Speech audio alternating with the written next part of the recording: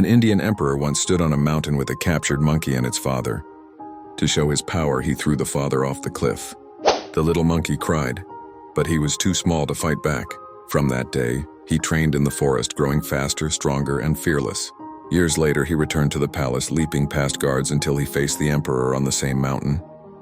The emperor laughed, but with one strike the monkey pushed him off the cliff, the same fate as his father.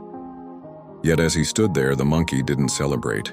He only cried, because revenge never brings back the ones we love. And make sure to subscribe for the monkey and